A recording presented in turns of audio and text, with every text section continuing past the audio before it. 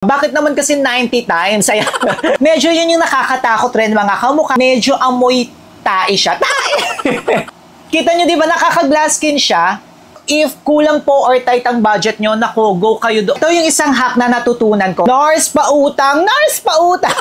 Alam nyo, itong si Jenny Moon, para kayong naka-rejuve. Pambansang tinipid, Sir Lawrence ang galing. Basta honest, review sa'yo ay sasabihin. Pambansang tinipid, sa kanya ang hihiling. Basta produktong salit, lahat ay bibiin. Hi mga kamukha, tayo po'y nagbabalik. Ako po si Sir Lawrence, ang iyong pambansang human guinea pig art. Mataas nga po ang energy natin ngayon kasi yung last time nga po na ni-review natin, trending nga po yun. Tapos may bagong product agad sila na ni-release. And ito nga po ay aking ni-review for 7 straight days at bibigyan ko po kayo ng aking initial thoughts dito po sa 90 times na power of Moonlight Soap ng Jenny Moon! Eto siya mga kamukha. And at the same time nga po, tayo nga rin po ay magpre-prepare kasi aalis po ang inyong Sir Lawrence for today's video. Simulan ko na nga po muna sa aking lips. So, ang gagamitin natin or usual na ginagamit po natin is yung easy na Playdate. Pero wala na kamo ako mabilan nito mga kamukha, kaya medyo skip tayo ng konti dito. Ang gagamitin ko po is yung sa MAC na plumping lip, ayan, na stick, mga kamukha. Alam nyo, may official MAC store na po, nasa Shopee po yan kung gusto nyo po na bumili or i-check out nyo po yan mga kamukha. Maglalagay na nga lang po tayo dyan ng bilog-bilog-bilogers. I-click nyo po yung mismong screen nyo mga kamukha. Yes, yung tablet nyo, ng cellphone nyo. Mabibili nyo po yan. Ayan, nire-review ko nga rin po ito.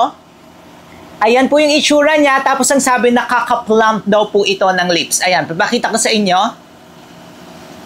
Ganyan siya. After ilang minutes nga po, aalisin nga rin po natin yan, tapos papatungan po natin siya. Okay, pag-usapan nga po natin ito, mga kamukha, hindi po tayo nagre-review ng hindi FDA registered, FDA notified, or tinatawag nyo po na FDA approved dito man sa Pilipinas or sa country of origin niya. Ito, to be honest mga kamukha, hindi po siya FDA registered dito sa Pilipinas kasi nga po, wala pang official na distributor. Ang bilihan talaga nito or yung mother company niya is nasa Thailand nga po siya. Pero of course, mataas nga rin po ang standard sa Thailand. Kaya ayun mga kamukha, nag-go na agad natin siya sa ating channel. Alam nyo, medyo may kamahalan siya. Nung una kong tiningnan or una kong chinek, sabi ko, ang mahal.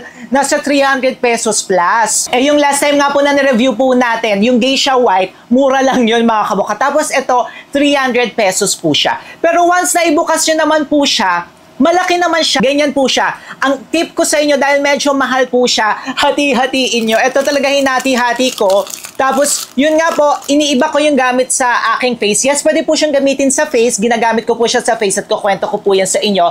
And then, pwede nga rin po siyang gamitin sa body. Pero ang napansin ko sa kanya, sa paggamit ko ng ilang araw, medyo mabilis po siyang matunaw. Kaya I suggest, wag nyo talagang gamitin siya as bar. Gamitin nyo nga po siya ng pa konti-konti or hati-hatiin nyo siya mga kamukha. Unless talaga naka-LL kayo or nakaluwag-luwag, di ba? Isa pa nga po sa napansin ko, yung sinasabi lagi na 10 times better, 20 times, 30 times, ito naman mga kamukha. Bakit naman kasi 90 times? Ayan.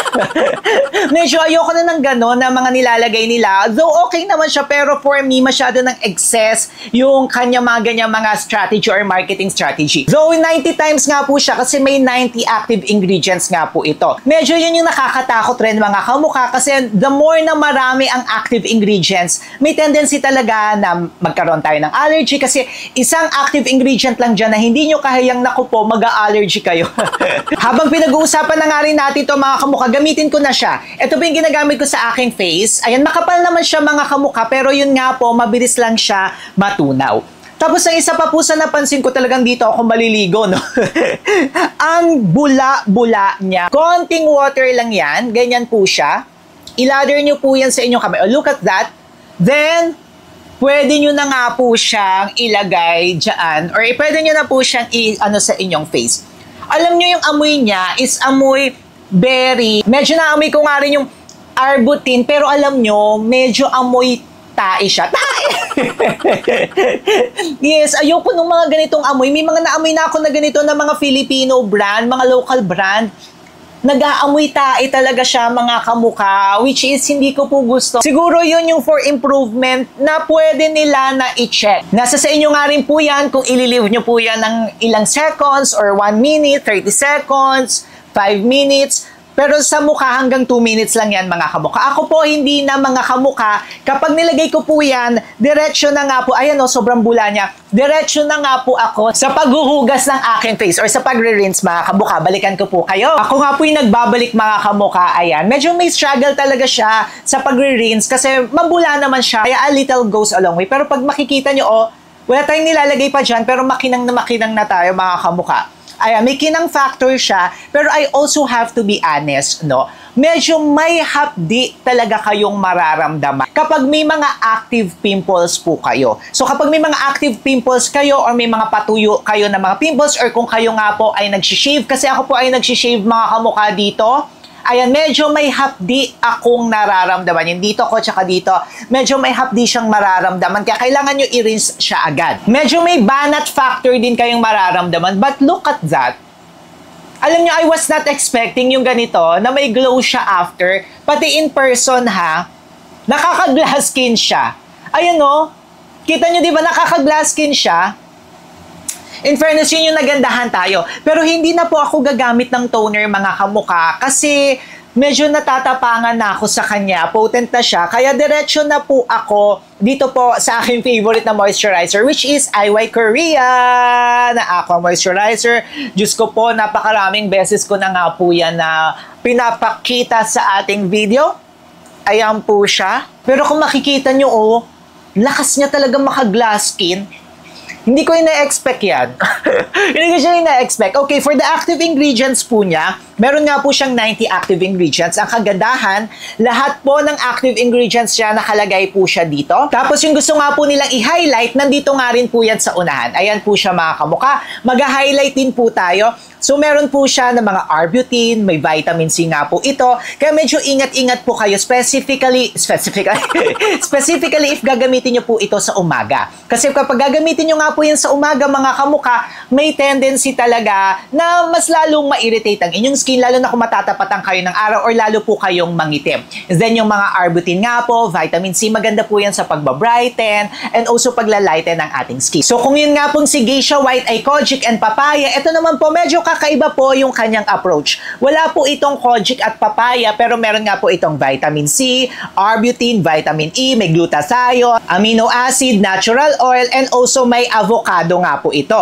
May nakalagay rin dito ha na may 6 types of flower extract siya, which are yung mga pink flower complex po na tinatawag. Ayan siya. Alam niyo, if i-compare ko nga po ito, kasi magkasunod ko silang ginamit si Geisha White, tapos ito, this one po, mas kita ha, within just 7 days, mas kita na parang nag-glass skin ako.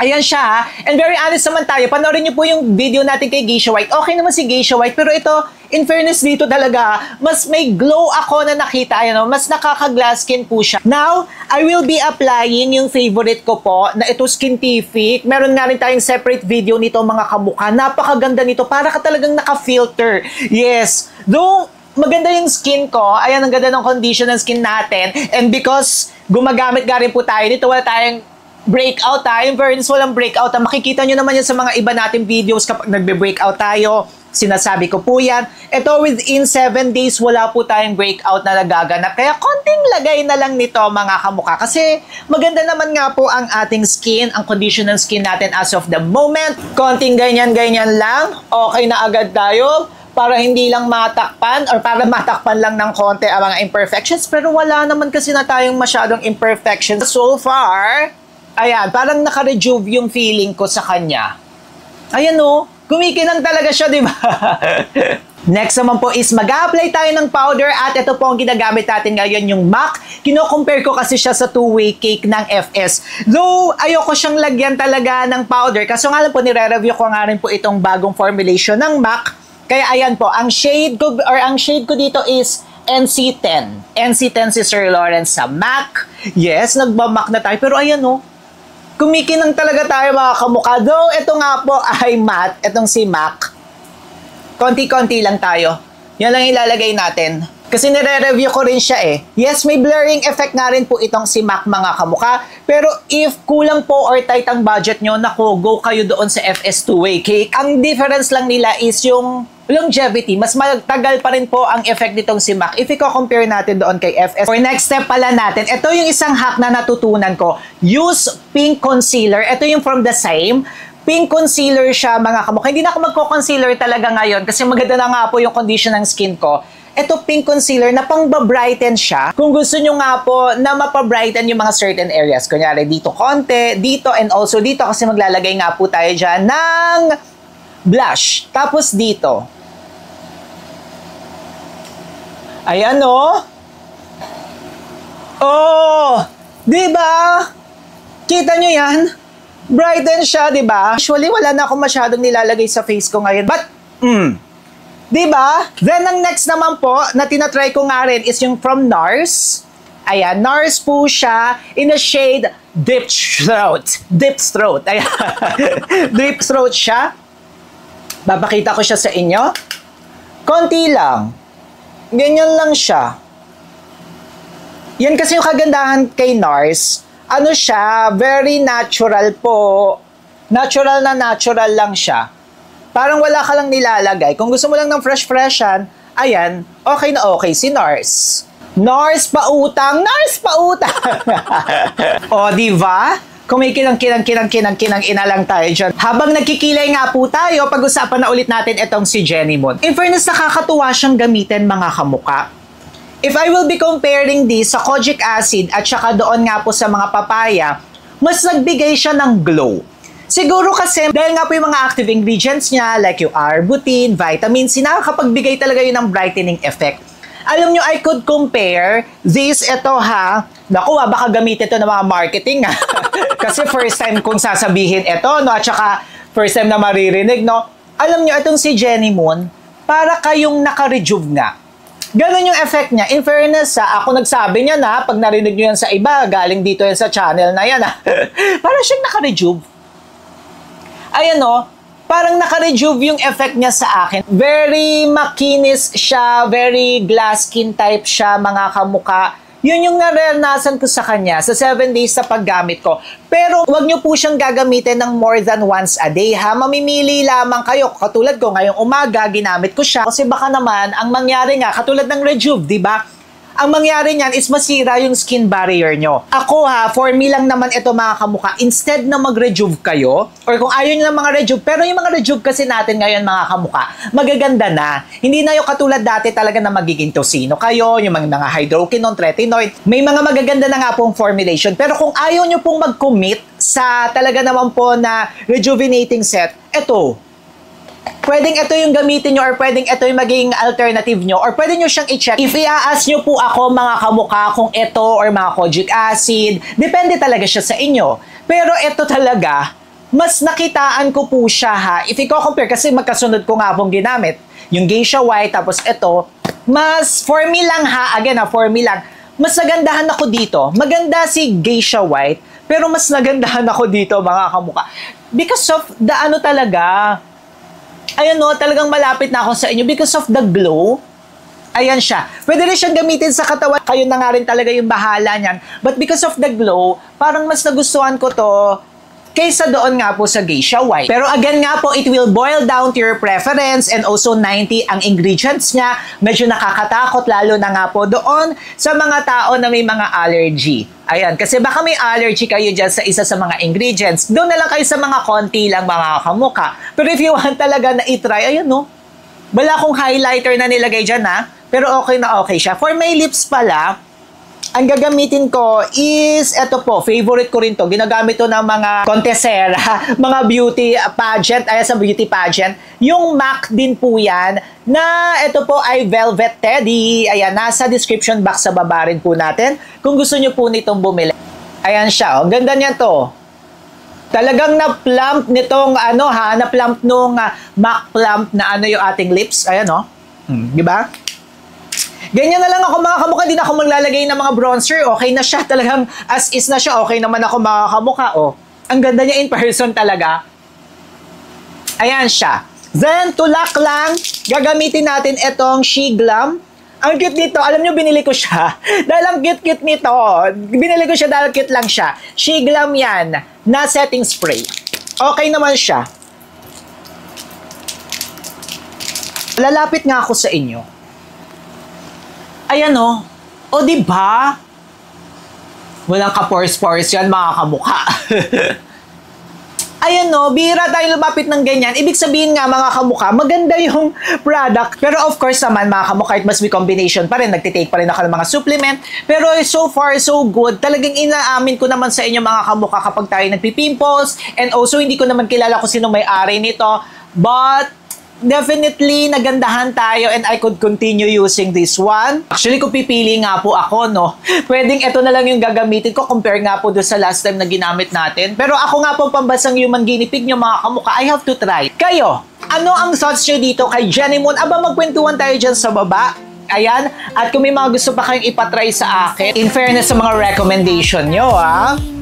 I like it. Magkwentuhan tayo. Very honest tayo dito talaga. Alam niyo mga kamukha, mag-aayos pa ako nito. Pero ang haba na ng video natin. Next na yan.